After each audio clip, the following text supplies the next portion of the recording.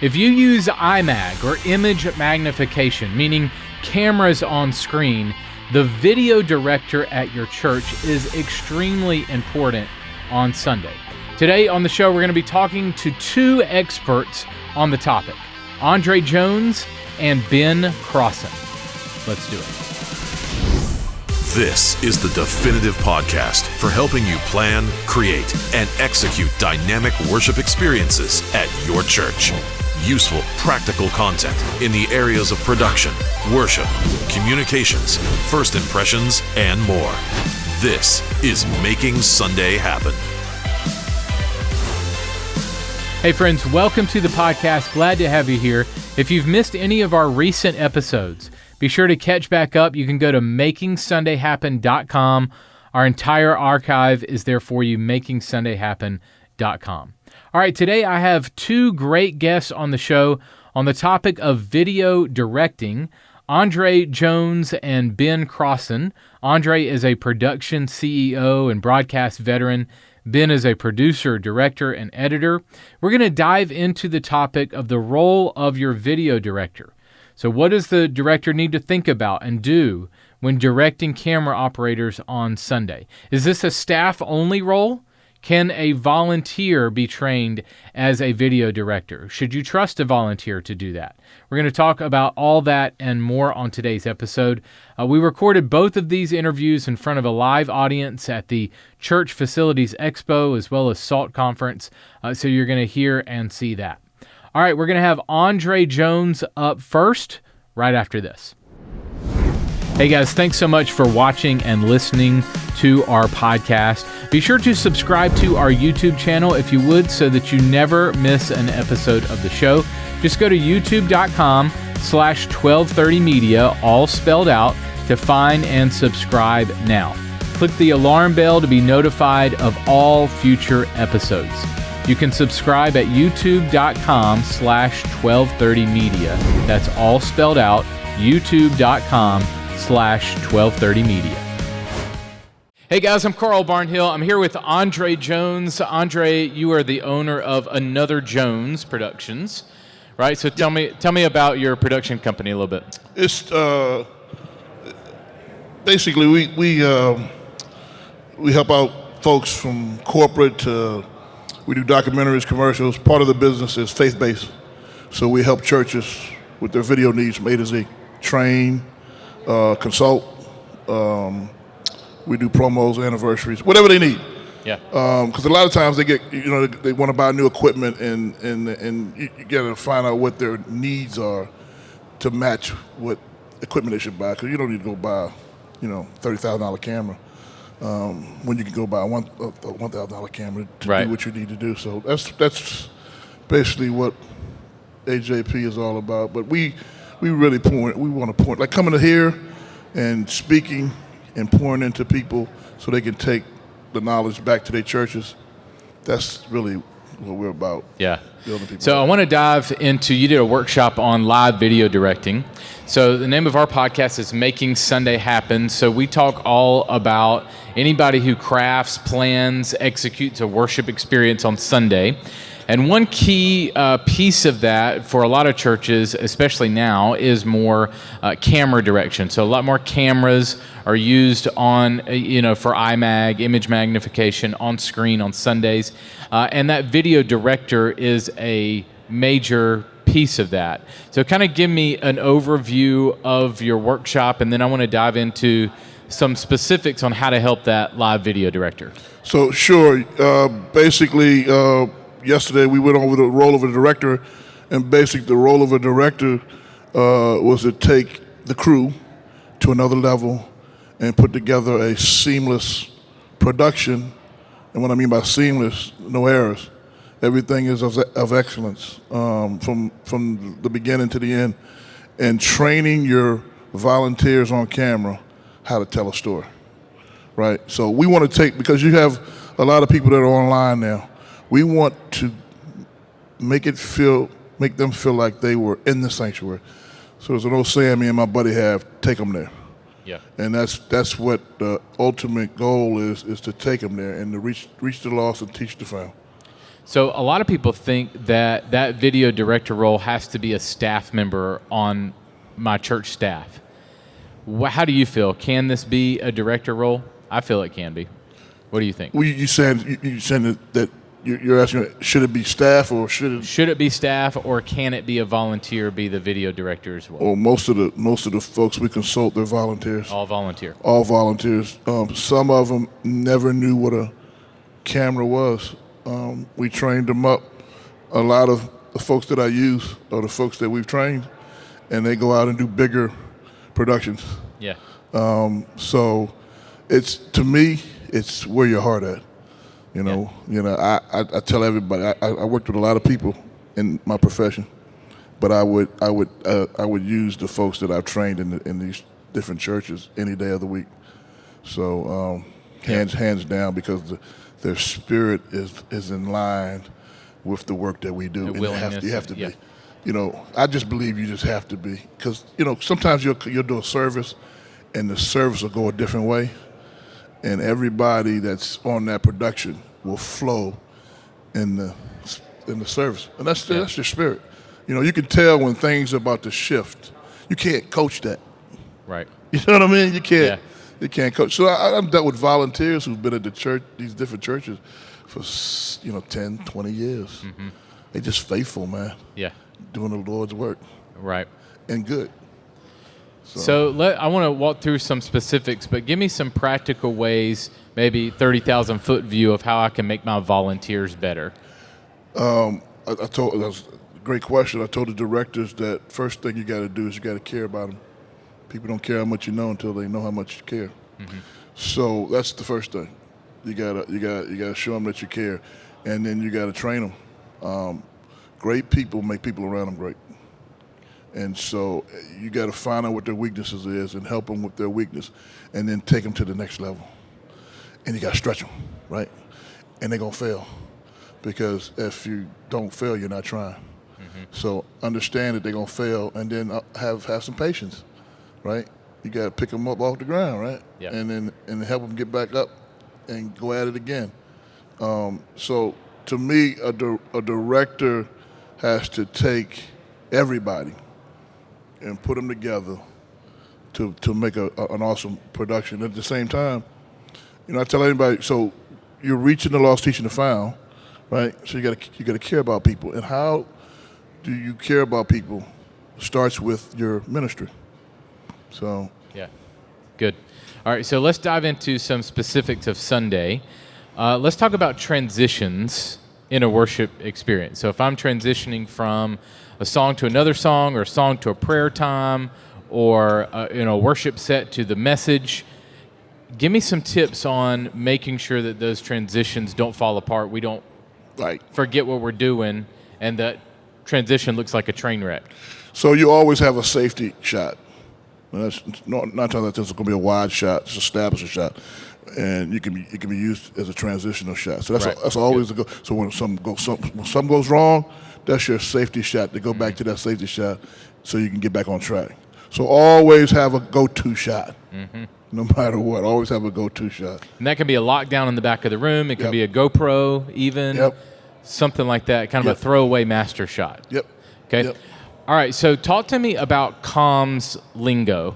Are there some things over the years that you have condensed or say that is consistent? Like I'm going to say ready one, cut one. Like what are some consistent things that you've taught people as far as comms lingo? I mean, you got your cuts, you got your dissolves, you have your tights, your medium shots, your wide shots. You have when you're talking about an actual person, you got the waist shot, the chest shot, full body shot. You got follow focus. You got lead room. Some people call it nose room. Some people call it looking room. Mm-hmm. So those are terminologies. We went over that yesterday. So some of the terminology that one church may use, another church may use something different. But I was telling them, as long as everybody in that organization is using the same terminology to speak to the people on camera, you should be all right. So, but yeah, I mean the general, 2 shot, 1 shot, ready, you're live, Uh-huh. your video levels are hot, iris down, those kind of things. We went over that yesterday. So. Yeah, good. Okay, let's talk about framing and composition. Maybe give me some tips there, and then I want to talk about how to do. I want that to lead us to how to do less coaching, and you mentioned that off the top. Like, how do I?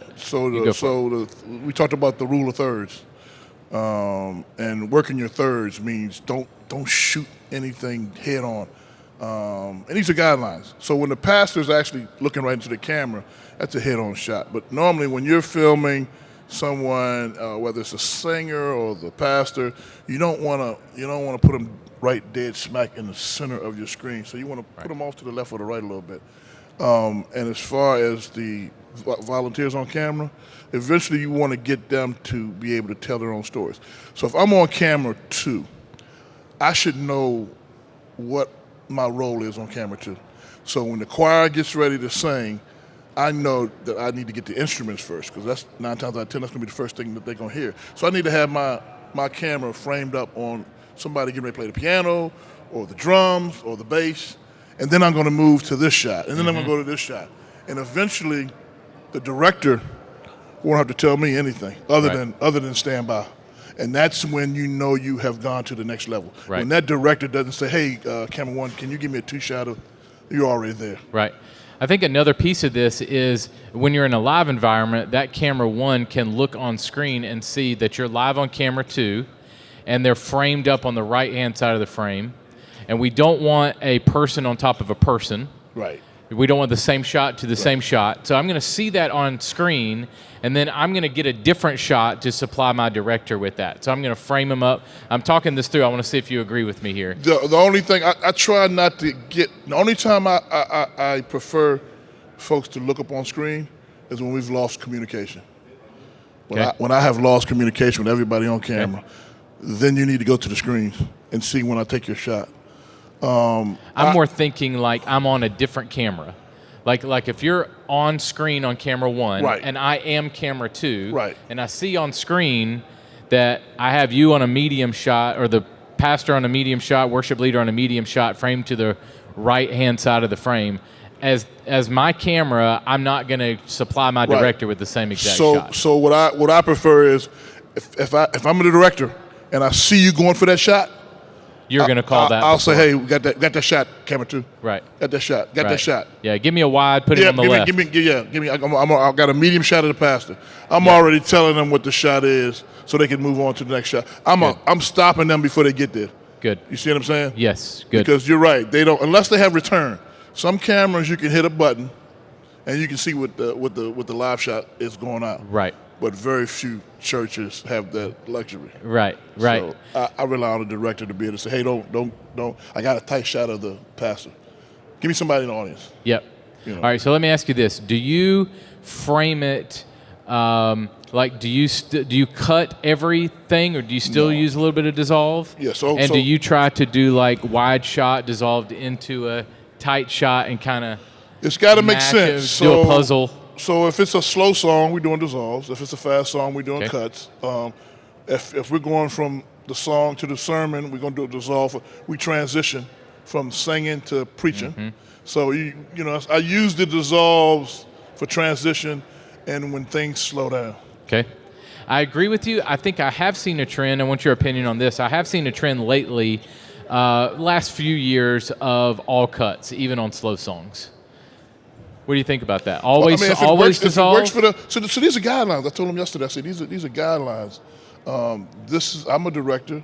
Yep. This is how I prefer to do things. I've got directors I have trained who decided I'm gonna do it differently. Uh-huh. And it works for them. The reason most folks do cuts is because when they go back to edit, it's easier to edit a cut than it is a dissolve. Right. So. Good. All right, so walk me through again of the less coaching I have to do in the moment, the more switching I can do, the more I can focus on other things. If my camera guys know what shot to get. You don't have to focus on anything. You're just punching buttons. Right. So the control room will sound like, ready 1, take 1. Right, ready to that's it. take two. As opposed to camera one, can you pan left, up, Yeah, tilt, yeah. down? No, pan, not that. No, Irish your guy. other- No, not that shut down. Right. And then by that time, you Yeah. done missed. You missed the moment. Yeah, you done Right. missed the Good. moment. Do you prefer to direct and switch at the same time, or do you prefer to call the shots with a technical director, a TD, switching?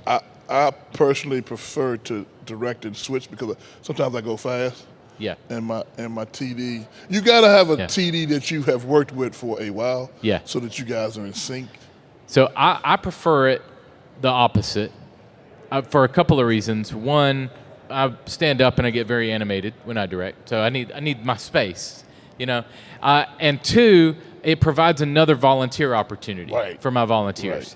Right. I can direct, or a volunteer can direct, another person can switch. That's now two volunteer positions. Right. I'm giving opportunities to the team. But I think it is a preference, Yeah, well, so. Or does it depend on the production? We're a bigger production. We need more people to. Well, most churches that we deal with, they just don't have the luxury of having. Yeah, they don't have the staff Right. to do that because, a lot of churches we're doing 2 and 3 services Yes. a Sunday. Right. And that's a lot for your volunteers to ask them to come in every Sunday. Right. You Yeah, can't no. do that. So committing 2 Sundays out of the month is a lot. So and you have, let's say some of them have 20 volunteers and you need anywhere from 5 to 8 on a given Sunday to be there. Yeah. So I would absolutely, if you can, make it do once every 3 weeks. If you can be that absolutely, deep, be once every 3 weeks. Absolutely. Most of them commit to 2 Sundays out of the month. Right. Which is good. And I tell them Yes. that you can learn and grow. Because I agree, you're going to fry out if you all and that's day, even all that's long. even with the director, whoever they have Yes. over charge. A lot of them feel like they have to be there. I was talking to a gentleman yesterday. He said, I haven't sat in a church with my family. Yeah, not healthy. In 10 years. Yeah, no. I said, That's wait a a big minute. no. I said, yeah, you gotta prioritize. Yeah. Because you're not getting fed. Right. And if you're not getting fed, you just emptying out. Right. You can't pastor your people if you can't. You can't pastor your people. All right. How important talk to me about white balance and color. Making sure those cameras are white balanced. I'm good to go before service starts. Oh, it's very important to make sure your cameras match up because you don't want like when I was talking about seamless, everything's got to match. You know what I mean? When you cut from one camera to another, you don't want to cut to the pastor on one shot, and his color temperature it looks good, and you cut to another shot of him. Looks like he's got on a different suit. Right. And everybody's like, wait a minute, did something just happen? Did pastor change his clothes? So Right. white balancing, and that's why you got to get there early. Right. No less than an hour. You got to get there and test out everything because something's not going to work. Correct. You got to do a run of the show. You know what I mean? So what songs are they going to sing and who's going to sing where? And do you suggest a rehearsal midweek, like a non-stress rehearsal environment during the week, plus a run-through on Sunday, if you can do that? If you can do it, but reality is life. Yep. So best case scenario, you get there, church starts at 9, get there 8, have a quick run-through of the show, and then go out there and run through the songs, and the pastor comes out and tests his mic and talks a little bit. If he's got a video that he's going to play in the middle of the sermon, we roll the video and test that out. Whatever videos we're playing, we're going to run through and test those out. Full run through. Full run through. Yep. Okay, good. All right, so let's talk about helping. We hit on this a little bit, but let's talk about helping your team, empowering your team to get more creative shots. So maybe this is next level. This is I don't have to tell them what shot to get. Not only that, but they're going to get me some really creative stuff. How can I coach them to go to the next level creatively? Well, you just tell them that. See, now it's time to take it up to another notch. You guys are doing this with your eyes closed. You're showing up, and it's starting to seem like we're going through the motions, right? You guys know you got it down pat. You know when he reads the scripture, to be on the camera 2 on the Bible verses. So let's look at some other angles, and you show them. In a meeting, we have meetings once a month. You show them various different shots that you can take. You know what I mean? And again, be ready for somebody to fail. Even taking the camera off the tripod and doing handheld. Yeah. Some of them love that challenge, and some of them don't. And then you take people and say, "Hey, I want you to be a director." Well, I don't want to direct. Right. Say, well, let's just give it a try. Yeah, you can do it. You gotta stretch them. There is no progress without struggle. I firmly believe that. And if you're not making any mistakes, you're not trying. Good. All right, one more question for him, but you guys be thinking of any questions that you might have out here, and we can answer those here in a second. So my last question for you has to do with raising up leaders to take over. So if you are director, if you're a staff member, or if you're even the in-charge volunteer, how do you empower people to where it's not just your ministry, it's our ministry, and you can lead this thing to how do you develop tips on developing leaders? Again, you got to care about them, and then you just start giving them. You pick out the ones that you know that can take over right away, and you start pouring into them. You give them more responsibility. Keep giving them a little bit more responsibility, a little bit more responsibility, and they're gonna resist a little bit. And you just tell them, I believe in you, and you gotta take this thing to the next level. And I'm not gonna always be here. Right. And I'm training myself out of a job, and everybody believes in you. And then they'll start doing a little bit, and they'll fall down. You say, that's okay. You tell them about your faults. What happened to you when I was, where you are right now. So it's okay. And then you can keep encouraging them, and then as you're encouraging this person, there's somebody behind them that also wants to, and then they'll start coming up to you and say, hey, I would like to. Right. And you start building them up. Give them everything you got. Yeah. Right? All of your knowledge, you give them all of your knowledge, and you always say, I'm here for you. Yeah. Whenever you need anything. And I still get calls from people that I've trained, 10 years ago. They still call me up with questions or issues. Yeah. And I tell them, as I get off the phone, I say, hey, man, keep the main thing. Yeah. That's it. Always go back to why you're here. Yeah. Reaching the lost, teaching the found. Good. All right, you guys talk to us. What are you struggling with in this area as far as camera direction, video directing, any sort of thing like that? Yeah.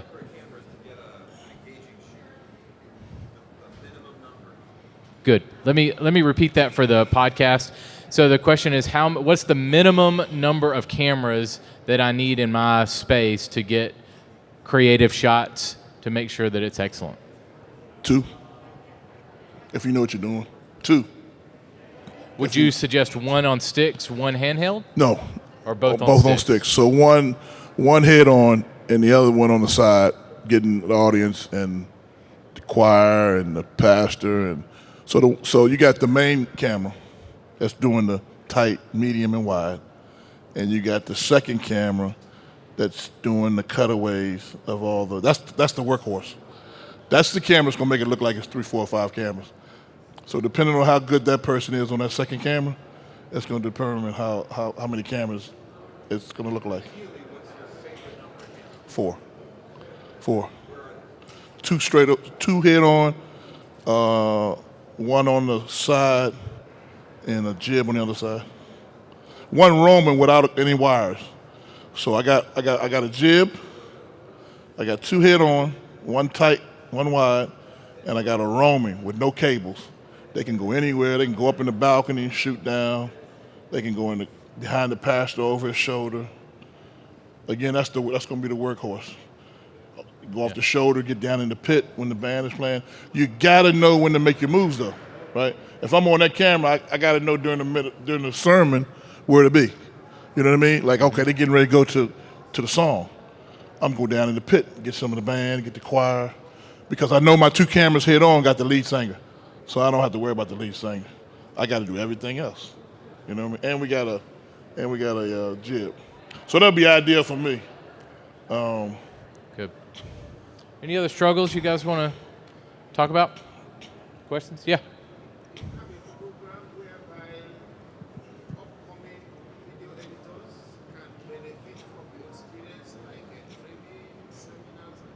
Okay, let me repeat that. So you're asking if there's any upcoming webinars, trainings for video editors? You're talking more content creation video editors, or are you talking live camera operators? So where do I get training for live camera operators? Is that what you're asking? Okay. I'm going to, this will be a plug for us, 1230 Media, 1230.media. We have a lot of blog articles and podcast episodes from this podcast all about live production, camera operators, a rotation, templates for your volunteers, all that kind of stuff. 1230.media is our site. Then what about you? We used to have workshops quarterly at our studios, but when COVID hit, it went away. We do a lot of training with churches individually throughout the states, but we haven't picked back up with our training locally in Atlanta. But we do go to various churches and train their volunteers and help them out. Good. Andre, thanks for the time, man. Appreciate it. Appreciate it. Thanks for having me. Hey guys, I'm hanging out with one of our awesome video producers on the 1230 team, Christian Jones. Christian, talk to me about maybe one of your favorite recent video projects that you've worked on and how you enjoy serving the church or a ministry. Yeah, absolutely. So one of the first thing that really comes to mind is a video project that I'm working on today for Answers in Genesis. I'm doing helping them out with their Keepers of the Kingdom. So the video I'm working on right now is a really fun countdown video for kids. So there's, little trivia coming up about knights and the kingdom and all these fun things. And then along with that, there's, these goofy dad jokes and all. So, I mean, it's hard to have to not enjoy that. Like I don't know. It's just fun making kids content like that. You have a blast doing it. Yeah, one thing I love that's really interesting that we get to do is serve multiple kids ministries. Right. Like Answers in Genesis, Awana, Seeds Family Worship, Doorpost, Yancey. There's a multitude of kids ministries that come to us for their graphics and video content. So it's awesome that we get to do projects like you mentioned with the Keepers of the Kingdom. That's VBS for Answers in Genesis. Well, man, thanks for all you do for the team. Really love your heart. Yeah. Hey guys, hanging out with Ben Crosson. Ben, you are a video director. What church are you at? Are you on staff at a church? Yeah, not on staff at a church. Okay. I was for a few years in Colorado, where I came from, and then in Nashville for a bit. Okay. Where I was on staff at the Belonging Co. in Nashville. Yeah. So my wife and I are still serving there. So y'all still attend there? Yeah, absolutely. And you're a video director, freelance video guy? Yep. Okay. Started doing a bit on the road. You did a workshop earlier this week. We're hanging out at SALT 22. You did a workshop on video directing. Yes. And I want to distinguish between the content, like a video content creator, making videos, and the live video director. I'm switching cameras in a live environment, switching on the board to create the live iMag experience. Yes. Okay, so make a distinction for me on talking about both of those things. Yeah, absolutely. So I started primarily as a video director and doing that kind of just coming up through church and serving and eventually working into staff roles. And that, is all about, at the time, it was all about that room, what's in the room, blowing that up, creating an experience for people who are far away. And then as we moved into a broadcast world as well, especially post 2020, it became bringing people in to that experience. Gotcha. As opposed to the post-production work, which is good, more so polishing that up and sitting with it for a while. Okay, so let's dive into both a little bit. As far as video content creation, have you done a lot of actually making the openers, making bumpers, making stuff like that, or is it more post-production of sermon content, or both? It's been a bit of both. I've ended up doing a lot more in the live music realm of putting together like taking the worship night or whatever and making that something for for YouTube or a DVD kind of vibe. Right. What's a DVD? Yeah, exactly. Yeah, it's been a minute since we made one of those. I'm kidding. All right. So, what are some things? Let's hit video content creator first. What are some things that guys at churches that are making their own content? What are some tips for them as far as making videos? Yeah, I mean, I think it's easy to get bogged down with trying to make something so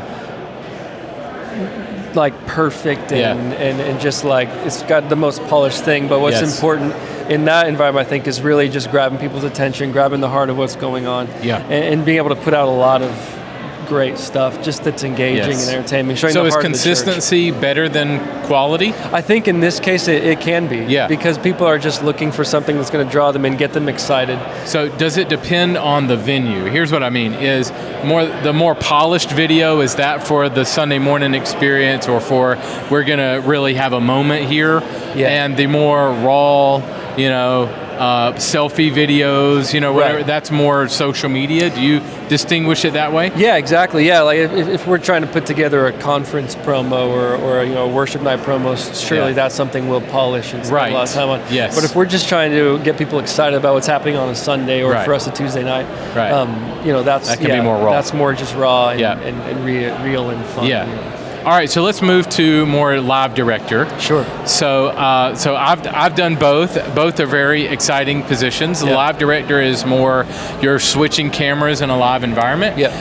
So do you, with a volunteer team usually, volunteers on cameras, that sort of thing. So I just spitfire several questions at you here. How many cameras are minimum that you have to have in a live IMAG situation for you? Man, 3 is kind of my minimum. And obviously that's not always an option, but at least 3. Maybe 2 stationary, 1 Roman? I'd love to get maybe 1 out front, put 1 on in the pit, or at least in kind of a slash angle, and then if you can get 1 on stage or running around, that's kind of I feel like you can make it happen right there. Good. All right, so what are some tips when it comes to directing the live action? Do you prefer a TD, a technical director, in the seat switching and you're calling that action and they're switching, or do you prefer to call the action and switch at the same time? Yeah, for me, I prefer to do both. You do? Yeah, to call it and cut at the same time. It kind of, for me, it's easier to stay in a flow and look ahead and kind of think. And if something changes on the fly, which is, especially in a worship environment, I can just kind of make a decision quickly. And obviously you can do that with the TD as well. But for me personally, I like to just kind of be in it. Yeah, I like both. I'm probably a little bit more of the opposite. Okay. Because I would say the simple reason is it creates another volunteer position. Yes. So if you're looking to expand your team and make more roles, that's now 2 positions. Yes, and that's a great way to train someone to be a director and to learn how to call. Where both of those people could perhaps do it together if they needed to. Right. But if you split it, then you have another role. Both are effective. Both are super effective. Yeah. Awesome. So what are some things, maybe let's talk language that you use. Sure. Is there a consistent language as far as like you say, ready 1, cut 1? Yep. Are there shortcuts there that you found beneficial when directing your team?